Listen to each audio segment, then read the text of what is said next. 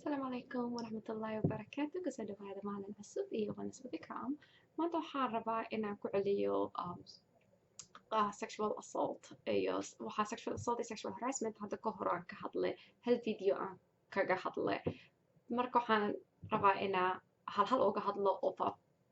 balaariyo waxyar si oo loo fahmo maybe si fiican aan loo fahmin waxaa sheegaya habeenkaasito so sexual waxaan ka bilaabaynaa harassment so horta harassment kelmadda la dhaho waa qashqashaad dadka hadda especially ku nooshahay wadamadaneeto oo galbeedka waa ogtahay dadka inaa nooc qashqashaadka inuu badan yahay oo noocyo kala duwan uu leeyahay so dad badan oo waxaa jira hadda camal muslimnimada inaana lagu qashqashaada especially dumarka because xijaabay saaran yihiin ee wataan so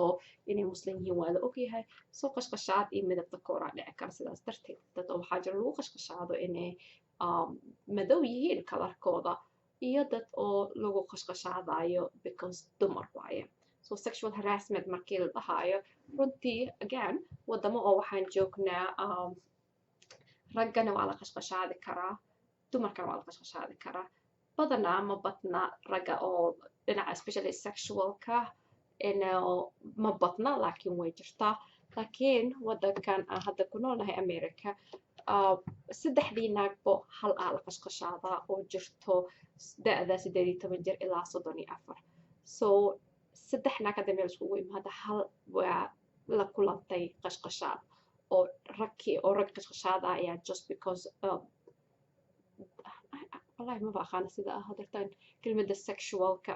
idinkugu soo gudbiyo but waxa waaye basically qofka damac ninka damac inuu galo naagtan uu damac ka gale so marka wuu ku qashqashaadaa oo qashqashaad oo waxa waaye ee naagta raali ka ahayn ee ogoleen marka lagu dhahay sexual harassment waxa waaye qofka oo la qashqashaadayo ma raalika ma aha so of course noocyo badan ee qofka qof u qashqashaadi kartaa inuu dhinaca so waxay camal noqon kartaa let's see so noocyo badan ay leedahay qashqashaadka waxa waaye qofka ama hadal ay kuu qashqashaadi kartaa afkay kuu qashqashaadi kartaa ama waxa gacan ay kuu qashqashaadi kartaa ama waxay kuu baadarka ama kugu dhibi kartaa iyo qofkii soo hadlin oo ku qashqashaadi karaa still so midda koobaad oo inaan ogaana ay nahay especially marka America joogno qashqashaadka illegal waay badanaa qashqashaadkaasito waxay ka dhacdaa meelaha shaqada meelaha oo iskoolaadka marmar xataa professoryaalka oo jaamacadaha professorka waxaa arkaysaa ardaydiisa gabar inuu damac ka galo oo qashqashaadayo so markii physical la dhahayo qashqashaadka oo physicalka oo gacanta qofka ay kusoo gaarsiinayso waxa waaye maybe way ku taaban kartaa adoo ogoleen lagu taabto way ku like xabadkay ku gelin kartaa way ku hagaray kartaa adoo ogoleen way ku shumin kartaa adoo ogoleen oraali ka ahayn wax kale oo dadka ay suubiyaana jiraan especially like wadamada carabta u badan tahay tan wax badan America kuma arkin aniga laakiin I'm sure inay jirto qofka inay iskugu tirtirato so wadamada carabta dadka ku nool waa arki jirnay taas wax badan especially like basaska iyo meelaha oo crowdedka ah nimanka dhalinyarada ah gabdhaha way ku tirtiranayaan waxay iska dhigaan wax meesha maraaya markaas inay isku cariiriyaan jirkooda soo saaraya which is disgusting ama qofka masalan inay jidka kaa xirto oo like inay gacanta ku dhigto camal adoo rabtid inaad meel martid taas qashqashaad waaye and that's not wax oo fiican oo acceptable ma aha so dhinaca physicalka taas waaye waxaa jiro dhinaca oo verbalka so qofka hadalsi ay kugu qashqashaadi kartaa especially dhinaca oo like dumarka markii qofkaanayta dan ka leedahay naagtan ama oo damac kaga jiro so taasna waxyaaba badan ay qofka suubin kartaa sida oo masalan jokes camal waxyaaba oo forje inay sheegto waxay suubi kartaa waxyaaba oo inay dharkaaga ka hadasho makeupkaaga jeclahay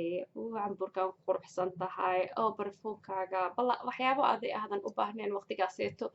ay sheegaysaa especially qofka markii aadan rabin aadan ka lahayn waxyaabahaaseyto way ku gubayaan you know why aa ii ursatay why ugu soo dhawaataa kaa imaanayso so that's qashqashaad waaye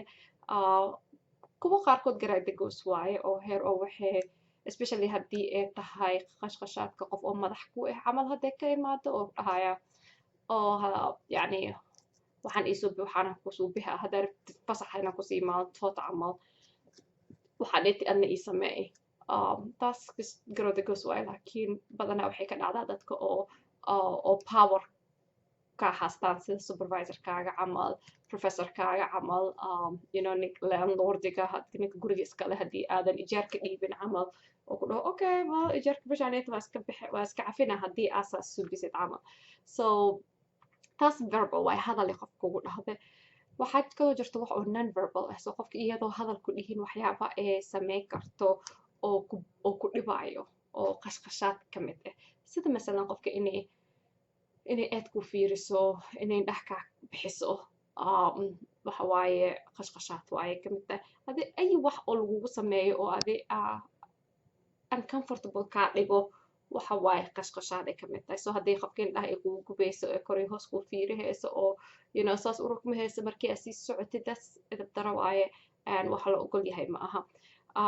waxyaabo kale waxaa jira masalan dadka isla shaqeeyaan marmar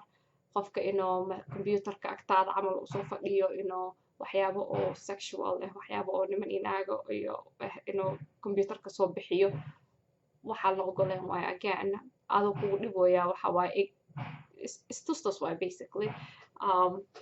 qofka inay agtaa ku foofuurisa camal maanta dhan dadka waxaa jiraan oo like wax xarakaad oo والله الحمد لله أنا مسلمة هرتو like حركات أو فعنا سوبنايان أو استهبنايان عمل مركي إيكو أركان well like it's so frustrating أنا بوحواي سي هذا الكتا أسوق جود بيو it's very وحواي frustrating إيه upsetting واي but وحيابها ستو إيه سوبنايان waxaas dhan qashqashaad waaye aan sidaa idin dhahay America anaka joognaa so America illegal waaye qofkii waxaasayta suubiso and waa lagu dacweeyaa dadka waxyaabahaasaytane oo qofka sexual harassmentiga ama qashqashaadka oo dumarka la qashqashaadayo shaqada lagu qashqashaadayo waxyaaba dhibaatooyin badan oo dumarka u keenaa sida masalan stresska ka badanayo qof jecla iska yar maalin kasta markay shaqadeed ima hayso inay qofkii iga horeeya ee dhahdo maalin kasto waxaa ma fiicna in walwalkiya qof ku badanayo waxaa hurdada ka tagayso so shaqadii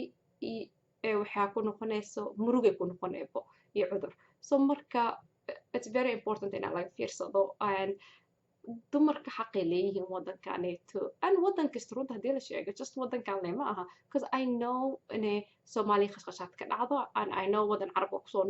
waa kusoo noolaaday waa ogahay halaha qashqashaad ka dhaco so waxaa fiican dumarka xaqooda inaan la dhaafsiinin because xaqay leeyihiin horta nasiib waxaa ku leenahay anaka Maraykanka joogno qof hadday kugu soo xadgudubto qaanuuna kaa celinaya inta qaanuuna kaa celinayo haddii aa afkaaga furatid qofkaasayta meel dheeraa ka tuuri karta aan ragina is ilaaliyaan of course wiilasha dhalinyaro badan aan qabnaa Ameerika joogaan oo ikane xadgudubka aad iyo aad ugu fiican is ilaaliya because dumarka xaqay leeyihiin wayna idin xiri karaan so dadka Soomaaliya joogaan iyo wadamada carbeedka ilaahay idin galab galo waxaa idin dhahaa iska yar waxa waaye qaanuun ma laha gabdhihii meeshaas waa khatar ku jiraan iyo halis laakiin insha Allah ilaahay joogo qaanuun haddoo lahayn ilaahay ma maqna wax kasta lagu jeedaa insha Allah waa intaas iyo sexual harassment ama qashqashaadka oo dumarka and then isbuuc soo socda waxaa soo gelihina sexual assault because sexual assault iyo sexual harassment law waxay kala yihiin so insha Allah next week aan balaari doonaa taasna waa intaas iyo wanasbad ikram asalaamu calaykum waraxmatullahi wabarakaatu